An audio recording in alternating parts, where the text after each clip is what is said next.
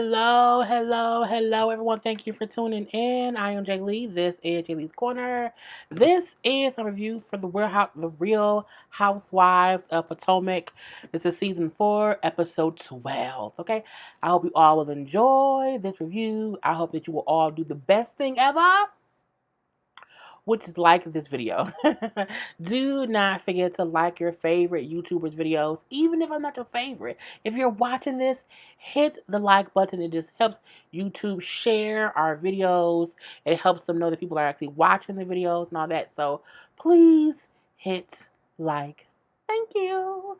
Also, if you can please subscribe to my channel if you have not done so already, to become a whole JayBird. Da.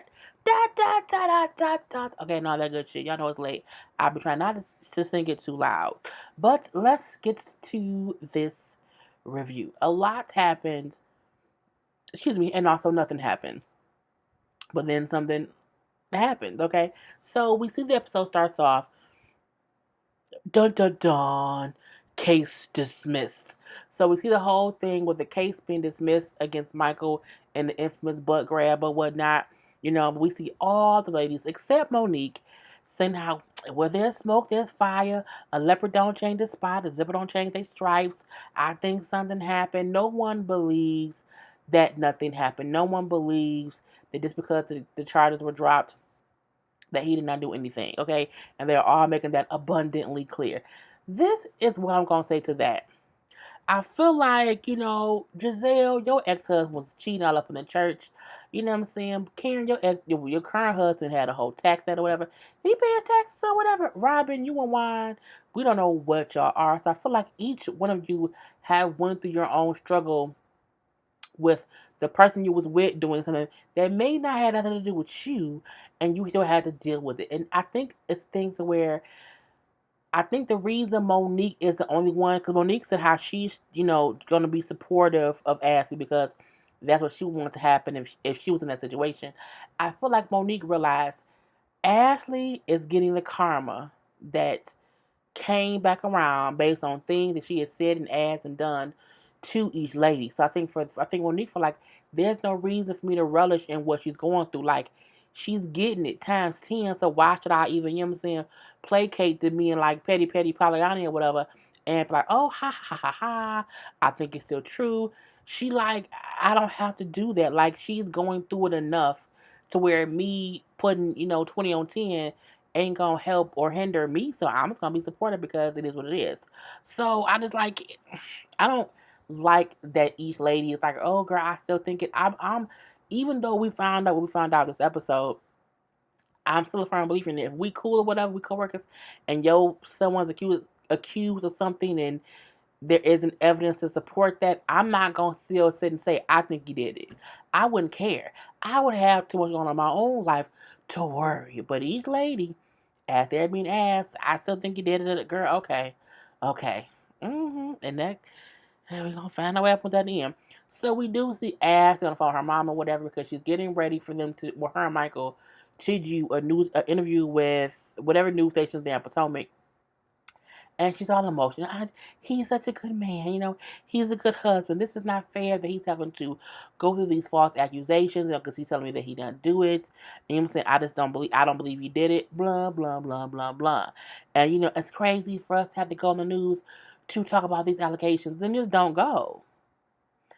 Just don't go. So we then see Giselle at home in her pajamas eating popcorn, popping the corn in her mouth as she's watching Ashley and Michael on the news. Now we do see other people are also watching the show, whatever. And I'm like, Giselle's so messy up there eating that damn popcorn. Michael said he didn't do it. Okay, on the interview, he said he did not do it. Or the newscast interview, he said he did not do it. He brings up if he had done it, someone would have seen it. He then says how, I was walking past, and yes, I did bump into a cameraman, and he then claimed that it was sexual harassment. So that was Michael's excuse to what happened. So, so he wasn't saying nothing happened. He was saying, yes, there was an incident to where I brushed past, bumped into whatever, and, my bad or whatever. and the dude claimed that it was sexual harassment, but he's saying, that's not what happened. And they're like, oh my God. So something did happen. All of a sudden, something did happen. I'm like, well, yeah. And my thing is, Ashley never said nothing happened. Ashley kept saying, like, I can't talk about it. Just wait till it play out so they can say what actually happened. And I'm like, I don't care that much. I really, really don't. Even though it's crazy, and it's because it's Ashley's husband. When again, Ashley has been all up in everybody else's business or whatever. I get that. But I'm like, if she wasn't there, well, Ashley would know. Because in the interview, she said, I was there and I was standing right there and nothing happened or whatever. I did not see anything. Ashley, sometimes just shut up. Just shut up. You know what I'm saying? Anyway, just like, I feel like they still lying. I feel like something happened. And I'm like, when he said something happened, he just somehow it wasn't purposely sexual harassment. He said, I walked past somebody and bumped up against them and I kind of rubbed, girl. And that can happen. But it's just, Michael. Anyway, so I'm like, it is what it is. It's kind of crazy. We then see later on Monique is in the studio working on her podcast. She has that Not for Lazy Moms podcast that she's recording. Getting some vocals together or some material together for the upcoming whatever coming up with it. And Ashley goes back to see her at the studio, and then, what I'm saying, they ask how each other's doing or whatever, how was Michael doing with everything since he, the charges has been dropping since y'all did a news interview on the TV. And she's like, well, no, he's okay or whatever, but, he does feel horrible about, just being in the situation or whatever. She said he feels like, he just, like the ladies are just enjoying and just reveling and the situation or whatever. And that's the part that's kind of crazy.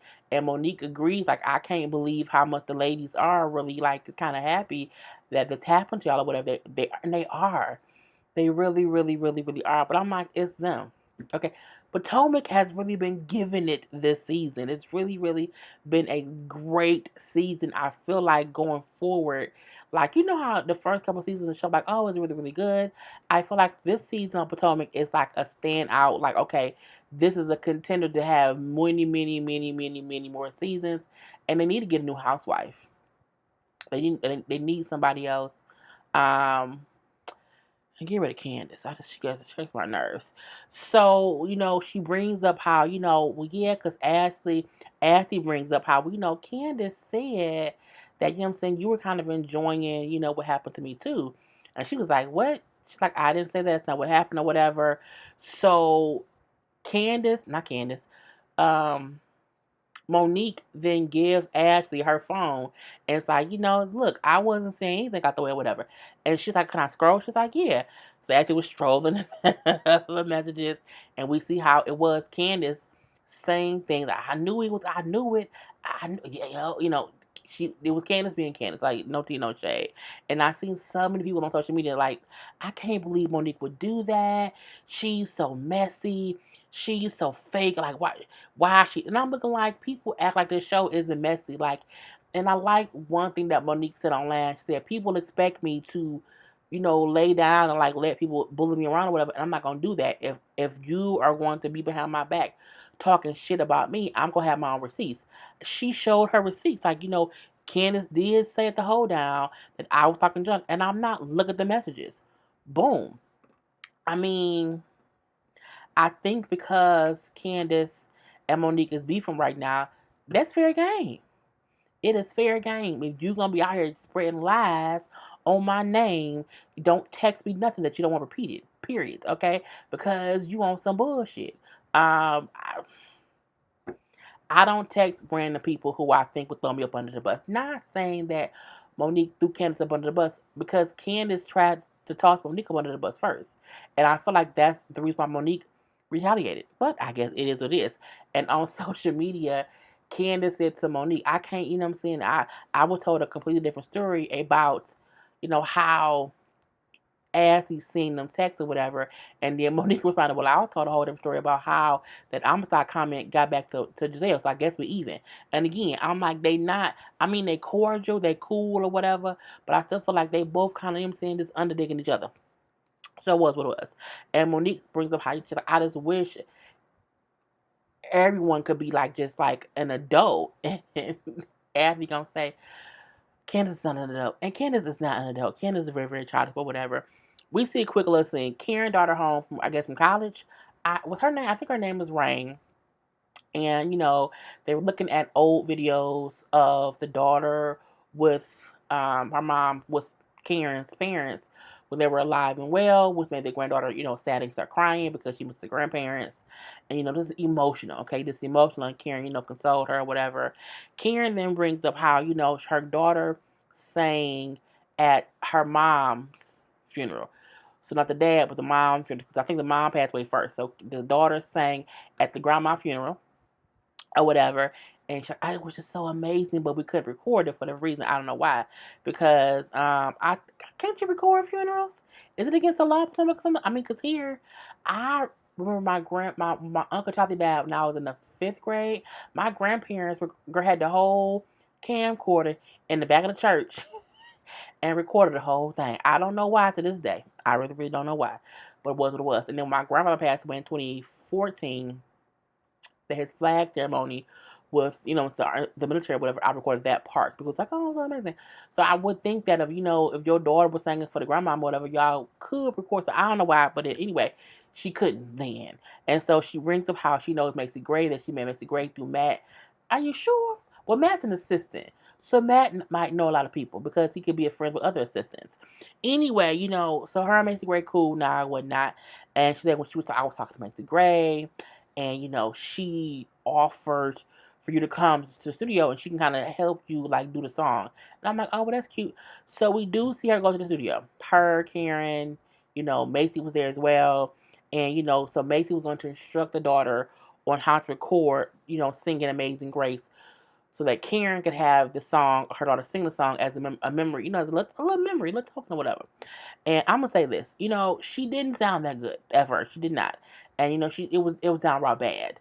And then Macy's like, she's like, well, don't try to beat Jennifer Holliday like this. This be, oh, her name is Raven. It's Raven. I just be Raven, because she kept trying to sing like really, really high with a lot of vibrato, or whatever, and that ain't her. That ain't her thing. You know what I'm saying? Like me, and I'm like, girl, it's too high. You know what I'm saying? Too high, whatever. So they then have her do it like in a better tone or whatever. And I mean, it sounded how it was supposed to sound for Karen to like it. Now, would I like it? No. But it wasn't for me.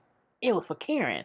When they played it back, it was real Alvin and Chipmunky. Okay, you know what I'm saying? Watch out.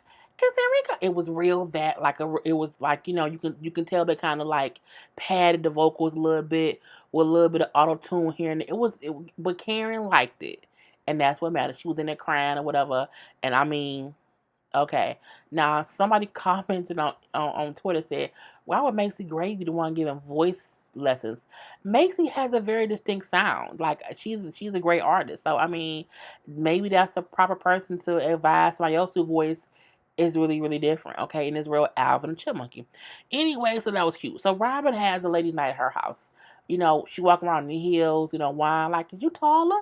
You wearing heels?" Yeah, yeah. I'm like,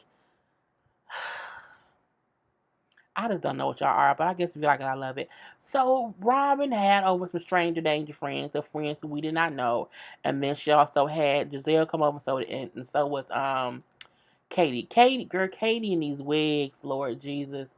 Katie is purposely wearing these wigs. We know that now. Like, Katie not even trying to wear wigs that look cute. Katie is wearing whatever she can wear to not show her real hair. So think about this. If this is the wig she put on to not show her real hair, you know how bad her real hair has to be up under that to wear that wig on top? I mean, it's not even combed.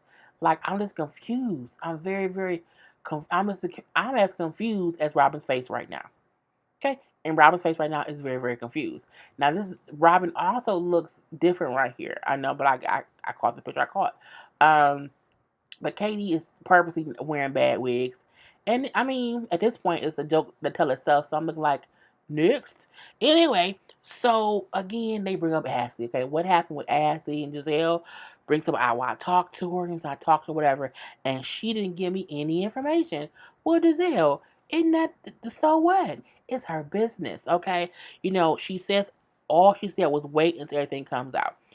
She didn't lie because she said when I asked her, like, people asking me what's going on or whatever, so what should I tell people who ask me? She gonna say, well, she told me to tell them that we fine and we trying to have a kid. I said, that ain't what she said. What Ashley said when you asked her that was, if anyone asks you what's going on, you tell them that when she's comfortable talking about it, she will. That's all she said. She was telling you that she was okay, and they had a baby. They had a whole baby, okay? I'm like, girl. Anyway, and support. But Giselle is consistently bringing back tea that ain't really tea. Okay, it's always the wrong shit. You want Lipton, she got some Epsom salt. Okay, I wanted tea. This is Epsom salt, Giselle. Oh, is it Epsom salt? I thought it was tea. No, you brought me the wrong shit. Okay, Giselle is always bringing just a little bit of wrongness, to any conversation that she has. But Giselle is messy, and she ain't got shit else to do. Why you not showing us that damn house you building? You and Robin so focused on, who penis Michael might want to put in his mouth or whatever, and what charges Michael has. Don't y'all got houses to build? I'm just wondering. Anyway, so at that point in time, um, Katie then bring up out, I was out, whatever. It's like me, Ashley, Michael, and her boyfriend, Jacob, who she recently got engaged to. Katie then says that Michael said to her boyfriend, Jacob, to give him a call. Like, and I'm going to call you. And when I call you, make sure that you answer your private phone. And Jacob then said that he felt that Michael was being, flirtatious. I was like, my first question would have been, Jacob, how does he know about your private phone? Like, how does he know that? That's because who says, like, nobody says that. No one says that. How do they know that you have a private phone? Like, is it a private phone and a regular phone? Like, I have two phones. One phone is in the room. I have an Android and an iPhone, two different phones. So my only certain people have my iPhone number. You know what I'm saying? So someone could say to me, I'm gonna call your special phone. That's my iPhone, because not I mean people have that number, special people. Anyway, so but I'm like, and when all of a sudden, when did this happen? Like, when was this? Was it before? And he goes to say, oh, so now we have Jacob who, said it was something like that or whatever. The whole penis sucking concept or whatever. The ass grabbing, all that within 2 months. It's something going on, and Katie just ignoring it. Katie is lying, like she don't want to see the truth. I'm like, Lord Jesus Christ. Robin, like, because the cameraman went to the police or whatever, you know what I'm saying? Why would, maybe have an arrangement, and she's okay with it. Katie then says, no, I think Ashley's stupid and is not really bright. Katie, but you seem the same way. Okay? And it was a great read, but you seem the same way. And we're going to just move on right past that. So we do see Monique and Chris getting ready for baby number 3. So they put on baby clothes. The create girl, she must have kept everything from each time she been pregnant or whatever. So she bring up out, it's like, what, this is it for us or whatever.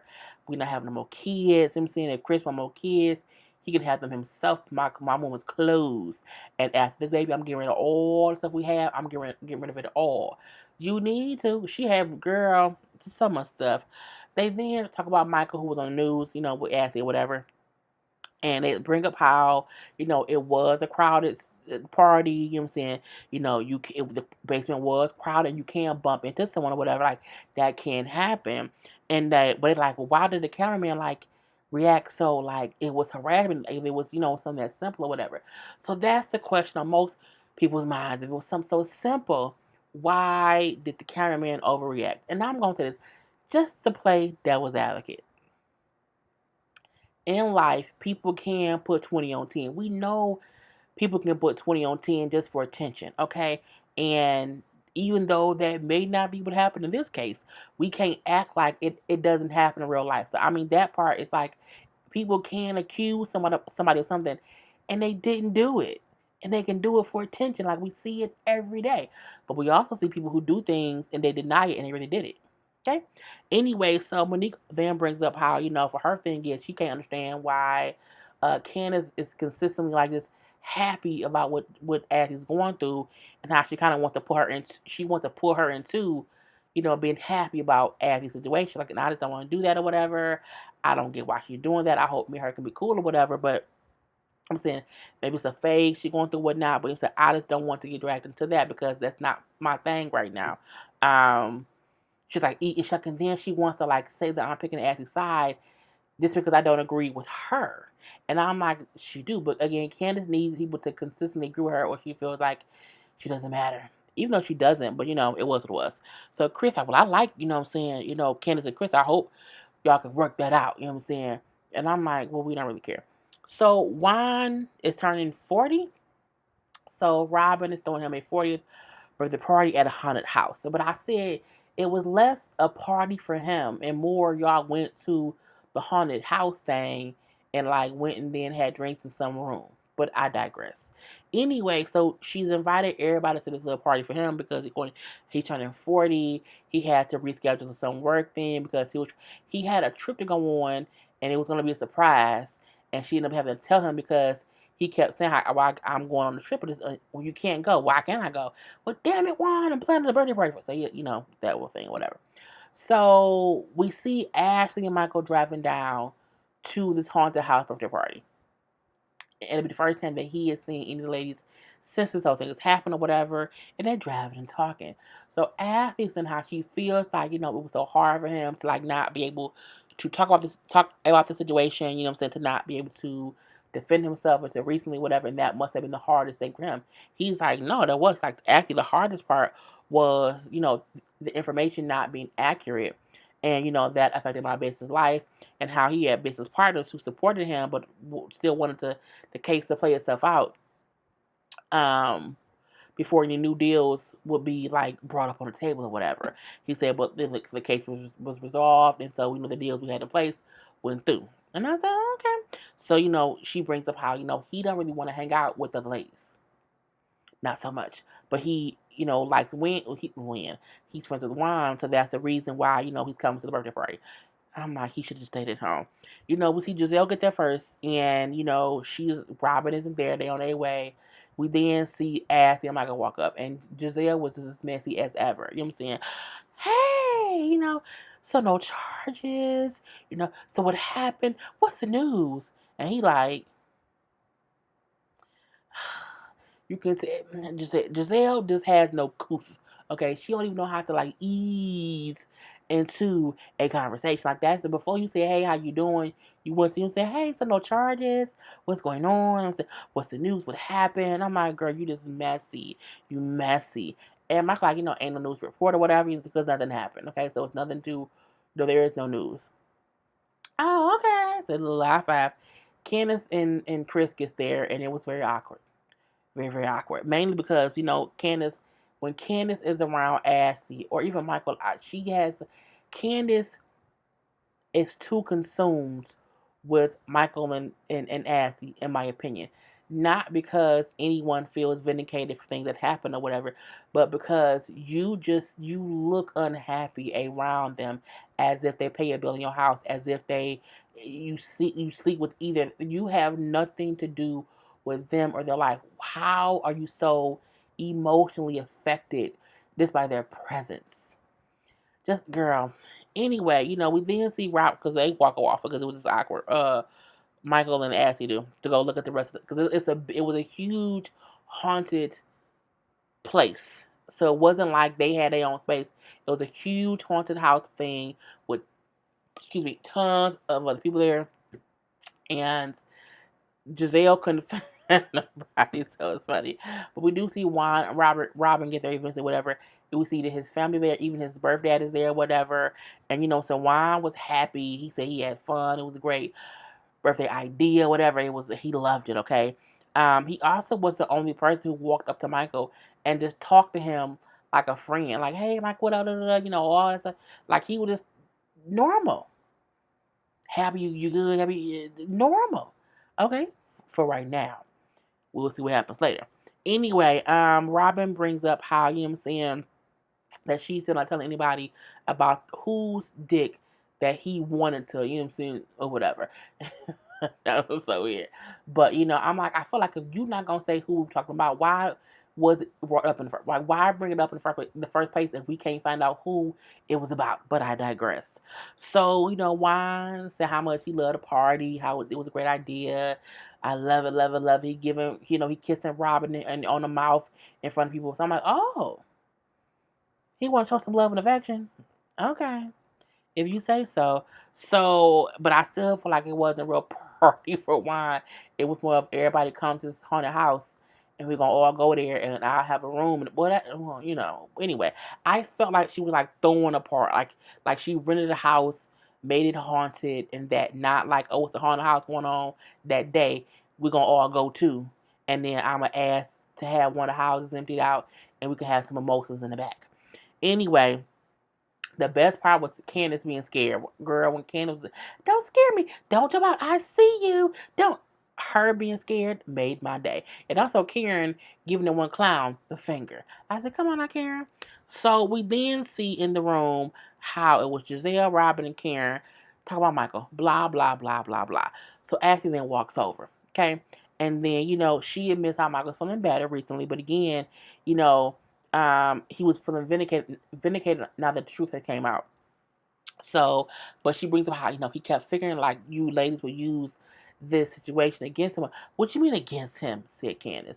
I'm like, Candace, where you even come from? Like, where did you come from? Did you pop up out of nowhere? So, she brings out she's aware that people have been, kind of coming to her with backhanded shade about the situation. And, she brings up how Giselle came to her at the restaurant and kind of just said like Michael was guilty, versus asking if he was guilty. When you said that you could talk about it, I assumed that mean he did it, and she was like, no. And I'm like, that's the dumb part. When anybody going through any kind of trial or whatever, you can say, well, I can't talk about it because they can't. But I don't think that means he did it. I mean, let me keep going. So Giselle brings up how, well, because Abby kept saying, well, y'all wasn't calling me, y'all wasn't checking on me, whatever. Y'all was kicking and laughing about it. She's like, well, you kept acting like it was fine, like you was the one walking around smiling like it was no big issue. You said it wasn't a big issue, so we was of course laughing, kicking about it or whatever because it was fine. I feel like anybody who would say, well, she was walking around smiling, she wasn't frowning, so things must be fine. Like people don't put up fake fronts. Clearly Abby's put up a whole front. So my thing is, how is it that y'all feel like she's fronting about being happy with her marriage, but would then say, well, you was acting normal. Y'all say she's faking, so then she's always faking. Fake, fake, fake, fake, faking. But I digress. Anyway, while they talking about that, we see Michael, Juan, and Chris talking. And I feel like from now on, anything Michael say will be looked at in a sexual way. Okay, point blank, period. Because all he said was like, I used to ski. We should all go skiing or whatever. When you go skiing, sometimes you end up places you shouldn't. But that's just a part of the game. And the way Chris was looking at Michael was like, I just want to get out of here. And I think what you meant was you could be skiing and fall and like go elsewhere, but that's skiing. I'm like, but everything y'all know what I mean. When they made it seem as if he was talking about butts and penises. Okay, is what I'm gonna say, but I digress. So the girls are talking or whatever and act like, so with Giselle, half the time you act like you care and the other times you just being shady. So they all go back and forth. I don't really care. You know what I'm saying? I don't really care. Was anything good? You act like it was no big deal. We was all laughed about it. So Candace brings up how, everyone was laughing about it. Everyone. Mainly because as he said, the only person to fully support me has been Monique. Now, of course, they all say Monique is supporting her or she's kissing Monique's ass because Monique has the footage from her house. Monique clearly said everywhere, I don't have cameras in my basement. I never said that the cameras were off. I said I don't have cameras down there at all. Like there is no renovations. We don't have cameras in our basement, period. So the whole thing of, oh, well, Monique has the footage and she just, holding on to it. Girl, I don't know.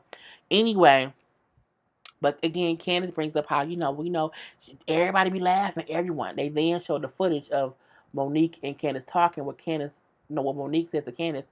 Well, karma comes back around or whatever. And I'm like, well, that's not really her reveling in the downfall of it or like laughing. This her sound like she getting some karma. It is what it is. But I'm not gonna be like keep talking about it or whatever. I'm like whatever. We do see Karen telling Ashley, well, I know Michael's a jokester. Okay, I know that because they kept bringing it up. Well, he grabbed somebody's ass last time. And they took a little footage. No, he said come dance. He said come dance. A man's hand should never be by another man's ass. Periods. Okay. So Candace is like, you know what? Look, why would a cameraman risk his life and his job to accuse Michael? Like, why would he do that? You know what I'm saying? And then Giselle say, Ashley, is Michael gay? She's like, no, my husband's not gay. You know, he's not. And if he was gay, he'll be out and gay. No, he's not gay. I mean, grabbing ass is a little bit of being out. It really, really is. So Karen brings up how because she was a victim of an assault, and when she was younger, and she's like, for that reason, I feel like I will always like side eye Michael because you know what I'm saying. You just can't in this day and age. You have to have consent for everything. So I feel like if it's these multiple occurrences, I have to always look, you know, like I don't know. I don't know. So I will always question because of what I have been through. And I'm like, well, girl, we see. And then we see the unseen footage. Now, even though that we did not see anything, okay, we did not see anything. The audio played showed like the cameraman saying like, you know, you hear Michael say, hey, you, ha, ha, ha, and it was like, you all right? Giggling, laughing. And then the man repeated back, don't do that. Please don't do that or whatever. And you hear Michael say, oh, okay, no problem. And so it do insinuates that something did happen, that Michael acknowledged that he did something because he then said, oh, okay. He didn't say, my bad, didn't mean it. He didn't say, do what? He said, oh, okay, no problem.